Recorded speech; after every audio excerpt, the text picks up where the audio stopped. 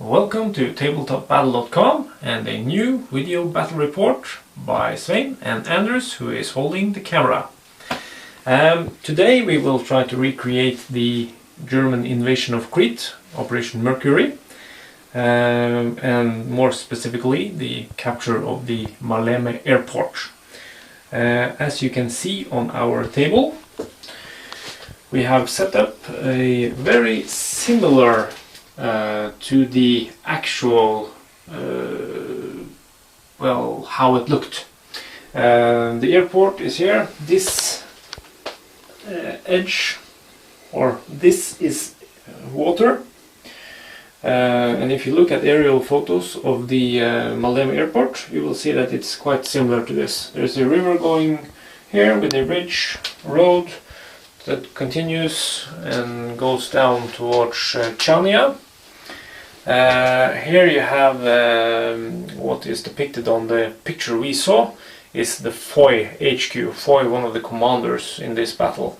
That's the HQ, and then you have something called Maleme here.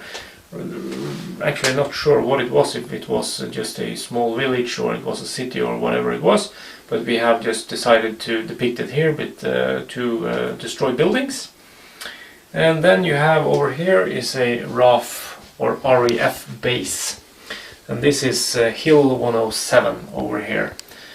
This is Crete, so of course it's a bit desert-like terrain, so we have some green and some desert.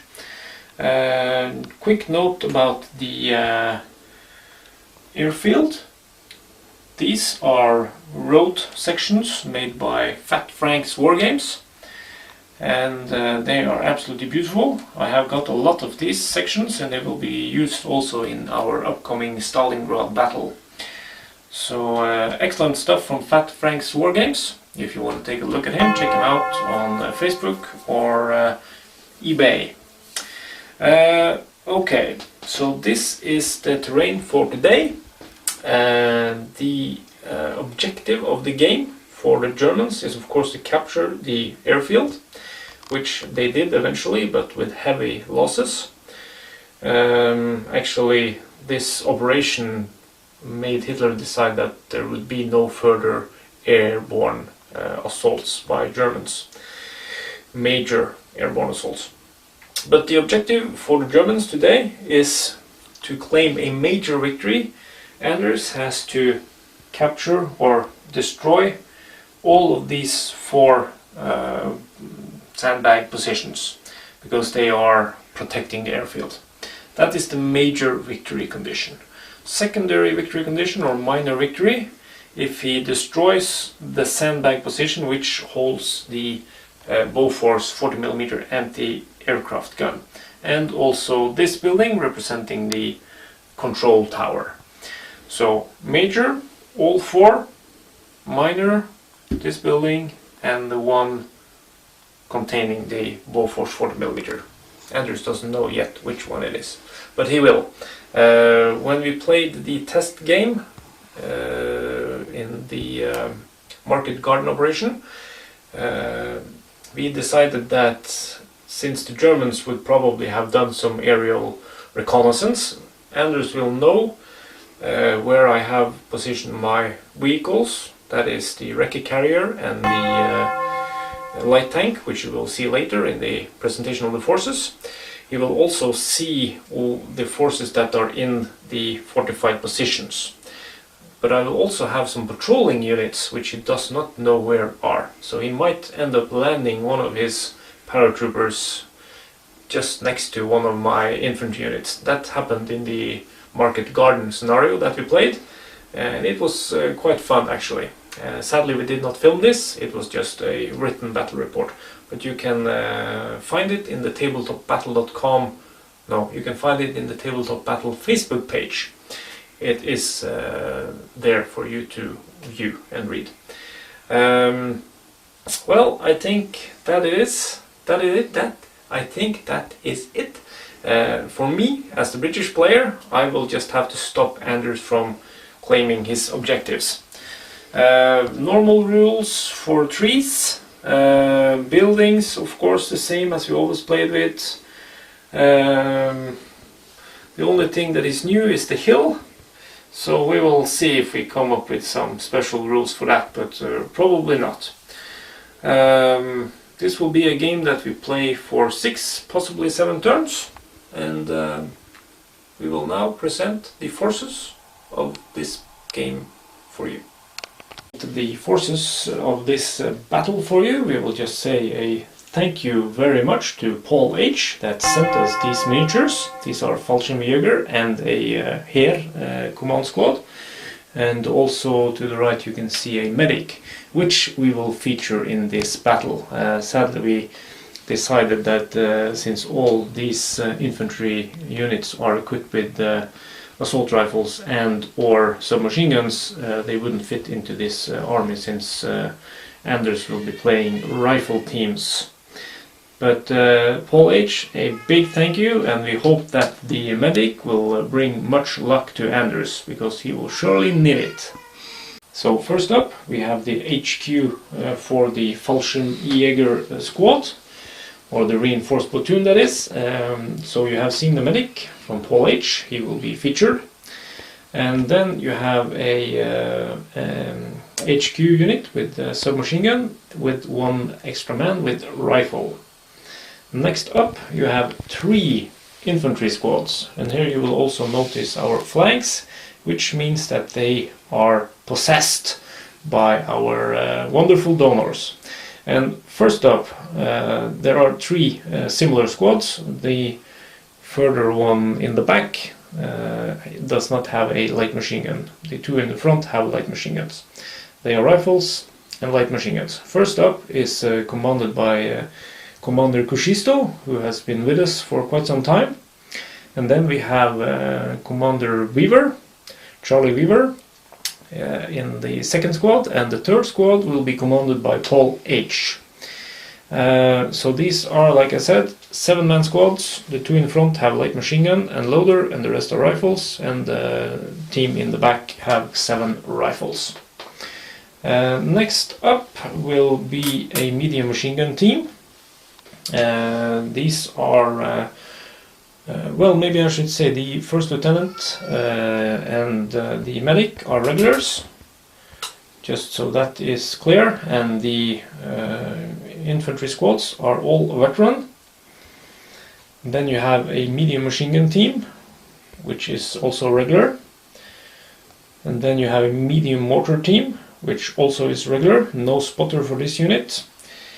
And then you have a sniper team, which is veteran. This one will be commanded by our friend from the United States, Steve Gusky. And then we have something cool, a Fallschirmjäger Pak 36 light anti-tank gun. And it has the gun shield rule, like with the Finnish. You can see it has a very, very large gun shield to protect all the guys. And the grand finale. We have decided to try out the rules for aircraft or war fighters, warplanes. You might know that there are special rules for warplanes in Bolt Action. They are not included in the main rulebook, but you can find them on the Warlord site. And this is a STUKA, a Junker 87. It has 2 medium machine guns in the front, here, and 2 bombs beneath. It can come in from turn 2 on reserves with a normal reserve roll, and after that it has to fly off in turn 3, come back in turn 4, fly off in turn 5, and then come back in turn 6. Turn 4 and 6 are automatical returns, but the first time it comes on from turn 2 it must roll a reserve roll, and this is a regular unit. It costs 125 points, so it will be cool to try this, and also with the paratrooper drops rules that we did. If you have read the scenario we did from Market Garden, that was very cool, and we will come back to you with that when we start the game. And this STUKA will be commanded by Mark Smith from the United States. If you remember, last feature from him was in the Rommel's rebuff, where he got killed off in the second turn. Actually, he was killed off the moment he came onto the map. So he has switched from the British to the Germans, and that is because one of his dad's uncles was actually a ball turret gunner in the RAF. So this is just to, well, it's a plane.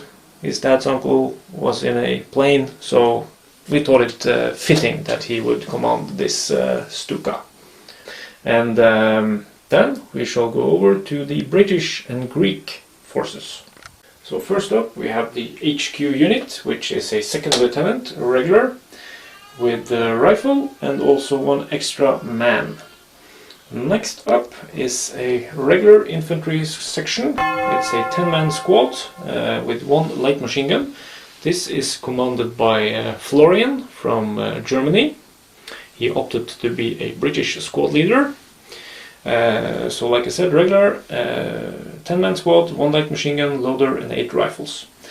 Next to them is another 10-man squad, and this one is commanded by Cmdr Loke, which has been with us for some time also.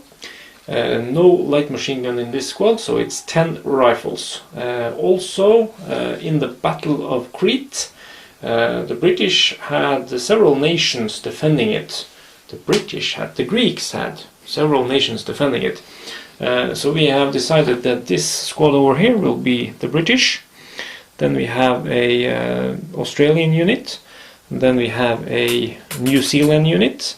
And also a Greek unit, just to represent the different forces that were fighting in this battle.